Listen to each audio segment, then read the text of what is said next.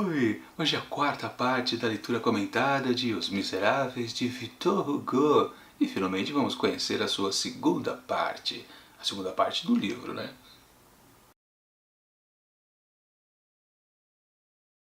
Depois que na semana passada eu fiz um vídeo gigantesco lá na terceira parte aqui da leitura comentada de Os Miseráveis, agora nessa quarta parte eu farei algo bem breve, porque simplesmente digamos que o autor dessa vez não colaborou para a gente ficar comentando as peripécias da história, porque, como vocês perceberam, para quem claro leu do livro 1 até o livro 2 da segunda parte intitulada Cosette, percebeu, né, que não tem muita coisa aqui para se dizer mesmo. Bom, logo de cara, quando a gente vira a página e começa a ler, a gente descobre que estamos sendo enviados diretamente para a Batalha de Waterloo, aquela onde o Napoleão Bonaparte foi derrotado, ou seja, de novo, para colocar mais trechos da história da França. E vocês lembram, né? Lá no segundo ou terceiro vídeo, agora não lembro direito, ele nos brindou também com vários detalhes da história francesa que realmente, eu até comentei, né? Eu li e passou completamente batido. Assim que eu terminei de virar a última página referente a tantos detalhes históricos, eu já tinha esquecido tudo completamente, porque realmente eu sabia, quando eu estava lendo os parágrafos, que aquilo não ia fazer efeito nenhum para os personagens aqui de Os Miseráveis, nem para o Jean Valjean, muito menos para Fantine e, claro que não, para Cosette, para ninguém, para falar a verdade, né? Nem para o Bispo Bienvenu também, né? Enfim, é coisa para se perder completamente. E eram detalhes numerosos, muitos personagens, muitos nomes históricos que, claro, não dizem respeito a gente. Aliás, vale até comentar isso já agora, né? Com certeza essas coisas mais históricas que o autor gosta de colocar, que intermediando a sua história, deve fazer sentido sim para o povo francês. Com certeza, para aquele leitor que gosta sim de saber como foi o passado do seu país, deve agradar bastante, mas uma pessoa que é de fora, com certeza não. E daí vale até outro comentário também, né? Será que na época de publicação original do livro, os leitores também gostavam disso? Sempre vale lembrar, né? O sucesso de Os Miseráveis foi desde a primeira edição, se vendeu bastante, mas o público realmente gostava desses detalhes históricos? Isso é uma curiosidade que eu gostaria de ser respondida, mas acho que não tem como, né? Mas, de novo, sim, eram franceses os primeiros leitores aqui do livro. Enfim, quando a gente vira a página, a gente começa a acompanhar a Batalha de Waterloo, que foi literalmente, aliás, uma coisa do passado, né? Uma coisa meio constante aqui nessa segunda parte de Os Miseráveis é que o autor está indo e voltando, ou mais especificamente, né, o nosso narrador. Ele voltou no tempo, porque nós já estávamos em 1821, depois dos últimos eventos ali de Jean Valjean e também de Fantine. Mas Waterloo aconteceu em 1815, justamente quando a história começou lá com o bispo, o padre de bom coração.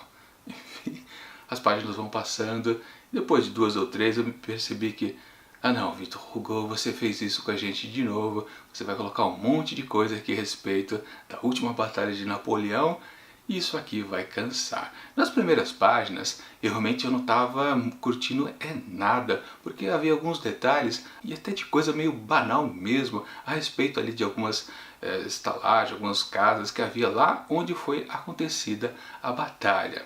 Ou seja, o narrador, ele se mostra como um cara que foi fazer uma pesquisa de campo para saber onde que aconteceu toda aquela batalha final do Napoleão. Então ele narra que uma casa tem um buraco na parede de canhão, ou então de tiro dos espingardas. Então, um monte de coisa, aquelas coisas que realmente não interessam nada.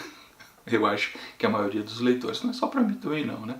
Mas depois, aí sim eu passei a gostar do que ele estava narrando a respeito, especificamente sobre a batalha em si. Eu nunca procurei saber exatamente como é que ela se procedeu. E a maioria das pessoas só sabe o básico mesmo, né? Foi em Waterloo que Napoleão perdeu a guerra. E perdeu até a fama de ser um bom guerreador. Mas, justamente, quando ele entrou em cena e o narrador começou a dizer pra gente como é que tudo aquilo aconteceu, aí sim eu comecei a gostar. Porque na verdade eu gosto de batalhas campais. Principalmente eu que sou um leitor de histórias de fantasia, histórias medievais. onde isso acontece bastante, né? Um exército para cá, um exército para lá, aquelas grandes batalhas violentas, onde todo mundo acaba morrendo, com certeza. Isso eu gosto bastante. E foi exatamente isso que o Victor Hugo entregou pra gente em toda essa longa descrição. Quase 50 páginas falando sobre Waterloo o tempo todo, sem nenhum respiro. E com muito, mas muito detalhe a todo momento. Mas, mesmo assim, ele consegue passar que aquilo era uma luta bastante forte entre os dois grandes comandantes de exército. De um lado o próprio Napoleão, do lado dos franceses, e do outro lado o Wellington, né? O Conde de Wellington, do lado dos inimigos, digamos assim. Na verdade é a quinta coalizão, né? É a quinta? Acho que é a quinta, né? Todo mundo se juntou para evitar que o Napoleão voltasse ao poder novamente. Isso aqui foi o fim daquela batalha dos 100 dias, né? Quando Napoleão fugiu lá da ilha de Alba, onde ele estava aprisionado, e ele restaurou o seu poder, né, ditatorial. E não, o pessoal falou, não vamos deixar esse cara voltar aqui na Europa não, com plenos poderes, vamos tirar ele do trono. Foi o que aconteceu, por causa disso que aconteceu essa batalha final. Eles venceram e Napoleão se lascou de vez e foi preso aí na outra prisão lá em Santa Helena e ficou até a sua morte em 1821, que aliás é o ano que tinha parado a história anteriormente, né? Enfim, acabei gostando do que eu estava lendo, não me cansou, eu estava rendendo bastante para mim. Claro, também isso pode variar de leitor a leitor. Com certeza, eu acho que a maioria não vai gostar disso. Eu gostei no final das contas porque realmente eu gosto dessas coisas, como eu disse, de batalhas campais entre exércitos inimigos. Na verdade, eu me divertia bastante, para falar a verdade. Não tenho o que me queixar. Mas claro, sei que para muitos leitores isso aqui realmente é uma canseira e muita gente com certeza pulou essa parte, não tenho dúvida. Só que aí eu me lembrei também, né? Esse lote de capítulos que eu reservei aqui para esse quarto vídeo é muita pouca coisa, era apenas o livro 1 e o livro 2, que dá mais ou menos umas 76 páginas. E quando os 50 já tinham ido só da batalha, eu falei, poxa, isso aqui não vai render nada, quase vai sobrar espaço para a gente começar a conhecer um pouco mais sobre Cosette, né? Só que vocês já sabem, vocês leram, Cosette não apareceu aqui nesse pequeno grupo de capítulos. E foi também mais um desapontamento. Como eu comentei, a história fica indo para o passado, indo para o futuro, uma coisa aqui e outra ali, né? Num certo momento, aliás, antes de dizer essa parte, né? Para que o Victor Hugo falou tanto sobre o Waterloo, né? Ele tinha que dizer alguma coisa relacionada à sua própria história aqui, que é falar sobre os miseráveis, né? Ele já tinha feito isso também lá naquela outra ocasião, onde ele colocou muitos dados históricos e no final ele arrematou tudo, fechou aquilo com algumas considerações históricas e também relacionadas aos miseráveis, coisa que, para falar a verdade, eu nem lembro. Eu me refiro aqui não às coisas históricas, mas o arremate que ele tinha feito para encaixar aqui com a sua narrativa. Eu não lembro mesmo, esqueci o que ele tinha falado. E aqui também, claro, ele teve que colocar alguma coisa para justificar tudo que ele tinha falado, afinal de contas, né? E claro, quais são os miseráveis aí nessa história? É que justamente, depois que um exército vence o outro, todos os mortos ali que estão no campo estão sendo saqueados por pessoas miseráveis. Ou seja, são verdadeiros urubus humanos, né? Vivendo das tragédias daqueles que morreram em combate. E quem justamente aparece ali é um cara descrito sem ser nominado. E claro, quando começou esse trecho da história eu pensei, tá aí Jean Valjean, que a gente tinha visto, ele tinha se evadido lá da cadeia, que ele fora pego pelo inspetor Javert, né? E claro, eu pensei na hora, é ele que está ali, o antigo senhor Madeleine, mas não, né? Depois, no finalzinho, nos últimos instantes, é que a gente acaba sabendo que trata-se de Thénardier. Sim, o homem que, junto com sua esposa, está cuidando de Cosette, ou seja, claro, lembrando, isso aí foi em 1815 e portanto foi um pouquinho antes da Cosette aparecer ali na história, assim como a sua mãe Fantine. Todo o arremate ali de toda a questão de Waterloo foi justamente para falar sobre os miseráveis, aquela miséria que acontece quando os cadáveres já estão postos na terra.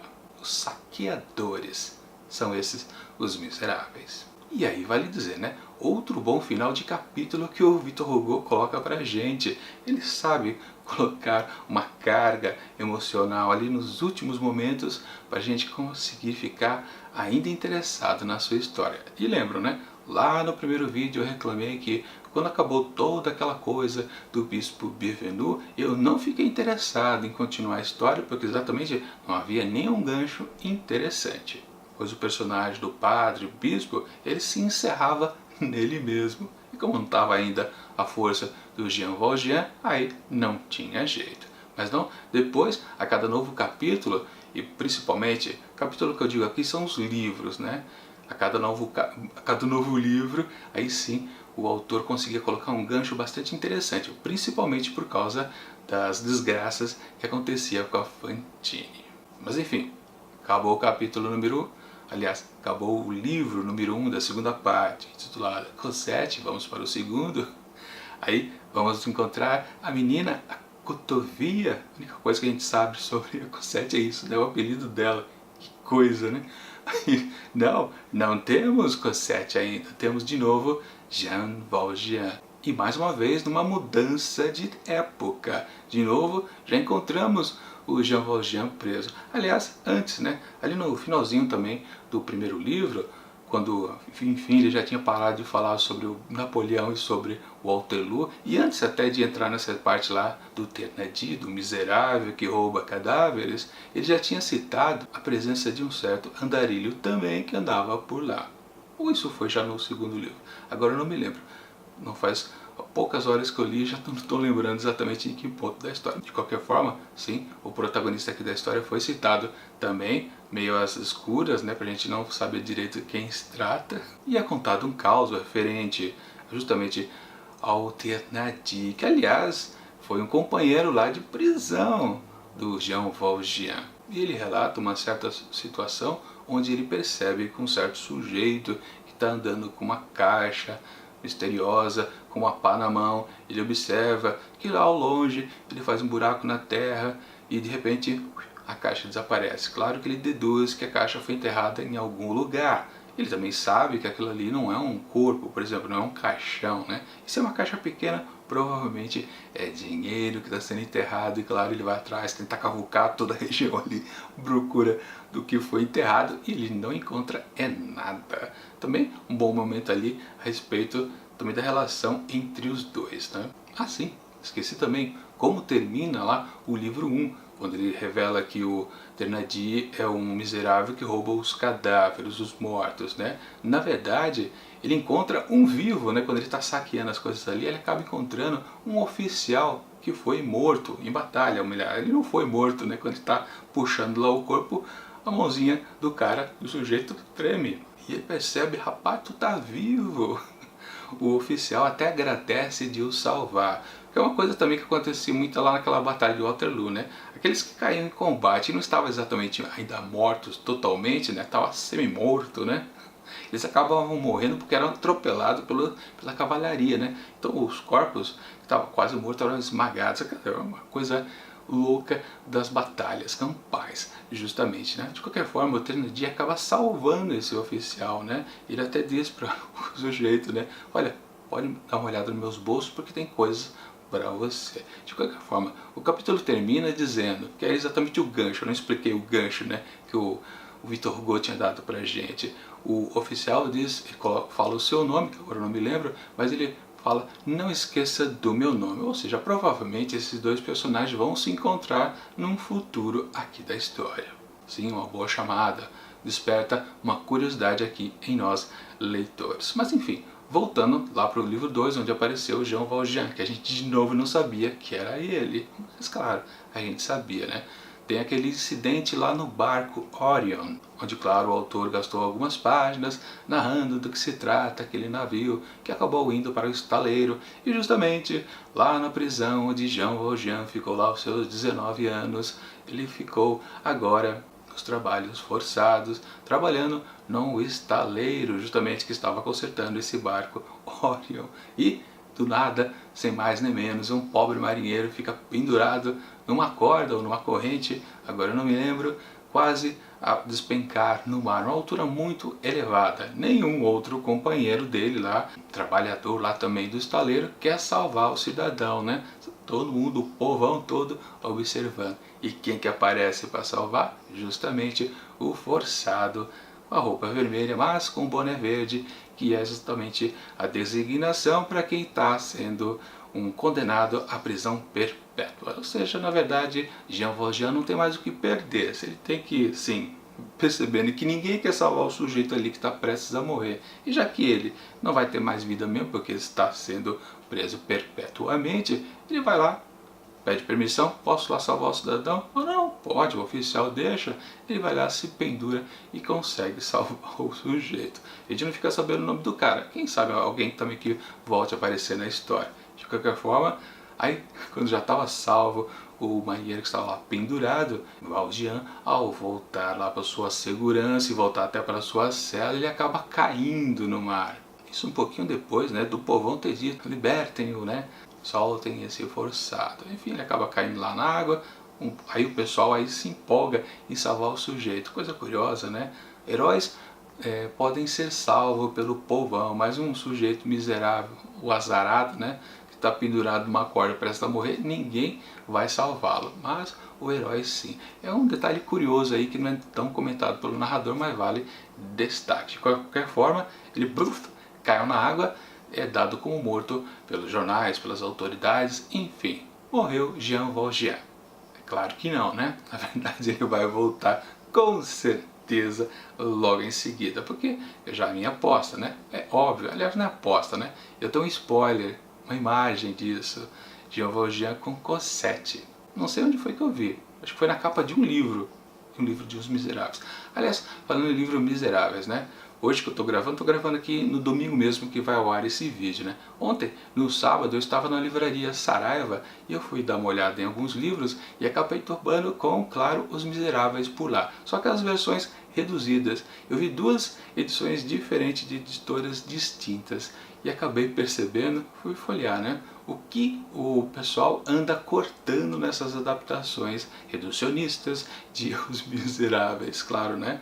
Sempre vale lembrar, né? Transformar essa história aqui de 1500 páginas aqui numa história de apenas 160, 200 páginas é um grande esforço? Não, não é um grande esforço, porque a gente percebeu, né? Justamente aqui nesse lote de capítulos, 50 páginas para falar de Waterloo. É fácil cortar, né? Porque simplesmente basta eliminar completamente. Você pega um parágrafo que o autor escreveu a respeito ali daquele conflito e logo em seguida você já deixa para, por exemplo, já colocar aquela parte do Thénardier.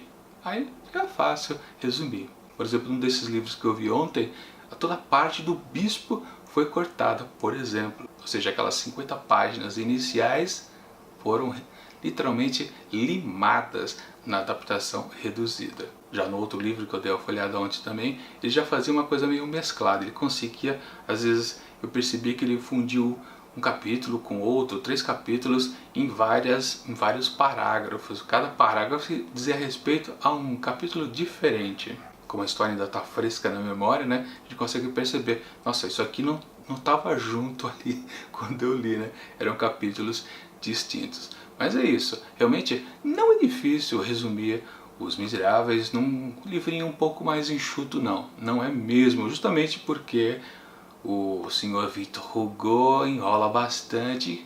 Exatamente esses detalhes históricos é com certeza a primeira coisa que qualquer adaptador vai cortar. E a última coisa que eu quero dizer aqui a respeito desses novos capítulos é que, de novo, quando se comenta a respeito da situação da ficha criminal ali do Jean Valjean, ainda tem aquela certa confusão. Tá certo que nas notícias que o narrador recolheu durante sua pesquisa a respeito das histórias aqui de Jean Valjean, do antigo forçado, ali, como é uma notícia de jornal, então tem aquela coisa da não confirmação exata do que está sendo noticiado, tanto que são duas notícias diferentes, e há uma passagem diferente uma cá e outra lá, coisa que a gente vê, claro, hoje em dia ainda nos jornais, né? Se a gente compra 2 jornais, a gente faz a comparação das notícias, alguns detalhes não batem, parece que foram fatos diferentes, mas não está se falando sobre o mesmo assunto. Mas de qualquer forma, o que eu quero dizer com tudo isso é que, de novo, né, num dos momentos ali é relatado que o Jean Valjean ele fugiu, ele não foi libertado, ele não tinha cumprido exatamente sua pena de 19 anos, o que não combina lá com o começo da história. Essas inconstâncias às vezes no texto também dos Miseráveis meio que incomoda também um pouquinho. E bom, também para finalizar, né, Jean Valjean é colocado de novo como um grande herói, obviamente salvando dessa vez o marinheiro, e também em cenas de ação pura, o que também é bastante instigante. Vamos ver agora quando voltar, ou finalmente chegar em Cosette, qual vai ser o estilo narrativo do Victor Hugo a respeito dessa grande personagem também. Lembrando que com Fantine era a coisa mais emocional, como a gente pôde constatar, e pena que essa personagem saiu da história. Talvez até volte em alguma situação do passado, algum personagem que entre aqui na história talvez tenha conhecido Fantine anteriormente. E talvez a gente possa saber um pouquinho dela antes de começar a sua jornada aqui dentro dessa narrativa. Mas é uma aposta assim meio furada. Acho que talvez não vá acontecer isso não. Faltou alguma coisa? Acho que não. Acho que eu falei tudo que eu tinha para dizer aqui. Realmente um vídeo super curto porque não tinha muito o que falar mesmo, né? Assim, vale comentar uma coisa também a respeito aqui do narrador aqui da história barra autor Victor Hugo, uma manifestação que ele fez ali a respeito de como terminou a história de Jean Valjean lá no capítulo passado, onde depois que ele foi preso ou se evadiu ali da cidade de Montreuil-sur-Mer, o que aconteceu ali com aquela localidade. O autor descreve pra gente que toda aquela cidade foi a miséria completamente. Vocês lembram, né? Ali era um local pobre, um local de origem da Fantine, né? Tanto que quando o Jean Valjean começou a ser um empresário ali na cidade, ele levantou todo mundo junto com ele, junto com sua empresa. Tanto a própria cidade ali de Montreuil-sur-Mer, como também as regiões vizinhas. Tudo prosperou. Eu havia até feito um comentário no vídeo passado que aquilo ali me surpreendeu bastante desse autor que tem aquele cunho totalmente socialista, tentando valorizar, tentando não, né? Valorizando bastante aquela situação capitalista, que foi por causa do empenho dele empresarial que tudo foi prosperando, evoluindo, né? Mas o que ele faz agora, o narrador, quando ele comenta isso, que a cidade foi à ruína depois que o forçado se evadiu de lá, né, que o senhor Madeleine, ele diz que tudo aconteceu de errado foi por causa da ganância das pessoas atrás do capital, todo mundo querendo passar por cima do outro, porque já, afinal de contas, né, não havia aquela presença forte ali. E daí a gente pode até fazer uma comparação com o Bonaparte, porque justamente quando uma figura forte cai, com certeza os outros que restam vão tentar tomar o seu poder, só que será cada um por si, cada um tentando superar o outro, e daí claro que nada vai dar certo, porque justamente eles nem vão saber fazer exatamente aquilo que o fortão era bom. Ou no caso aqui nos meios capitalistas, eles não saberão controlar os meios de produção, por exemplo, não saberão como fazer a máquina funcionar, não saberão o que é o lucro, não saberão literalmente como gerar riqueza ali para aquela localidade. Foi justamente o que aconteceu, né? Não foi a falta de benevolência do dono da empresa, não foi por causa disso que tudo voltou à miséria, não, com certeza não. Na verdade, o empenho capitalista que existia ali naquela cidade é que sim fez tudo prosperar. E quando o cara que sabia controlar tudo isso, essa máquina enorme, claro que tudo foi à lona, obviamente. E claro, não foi só por causa da falta dele em si, mas é que todos os meios conectados a ele foi se desmanchando aos poucos. Se houvesse pelo menos uma pessoa tão bem competente quanto ele, nada teria acontecido. Poderia até prosperar mais ainda. O problema é que ninguém queria ser competente ali. Sim, é só talvez uma falha do capitalismo. Mas dizer que tudo aquilo ali não deu certo porque faltou a pessoa bondosa de coração ajudando os miseráveis, aí é forçar a barra, senhor Victor Hugo. E agora só resta esperar o próximo domingão com a quinta parte aqui da leitura comentada de Os Miseráveis, que será exatamente do livro 3 até o 5. Exatamente 101 páginas e com certeza, finalmente, Cosette irá aparecer. Eu espero, claro, que Jean Valjean vá ajudá-la de alguma forma. Eles têm que se encontrar em algum momento, esses dois personagens. Não é possível que os personagens principais não interajam no livro inteiro. Aí, se isso acontecer, eu vou ficar decepcionado com essa história desse escritor francês. Bom, enfim, vamos esperar o próximo vídeo lá no domingão que vem. Enquanto sim, ele não chega, eu deixo aqui do lado dicas de outros vídeos de leitura comentada que temos aqui no Mantado de Livros também. E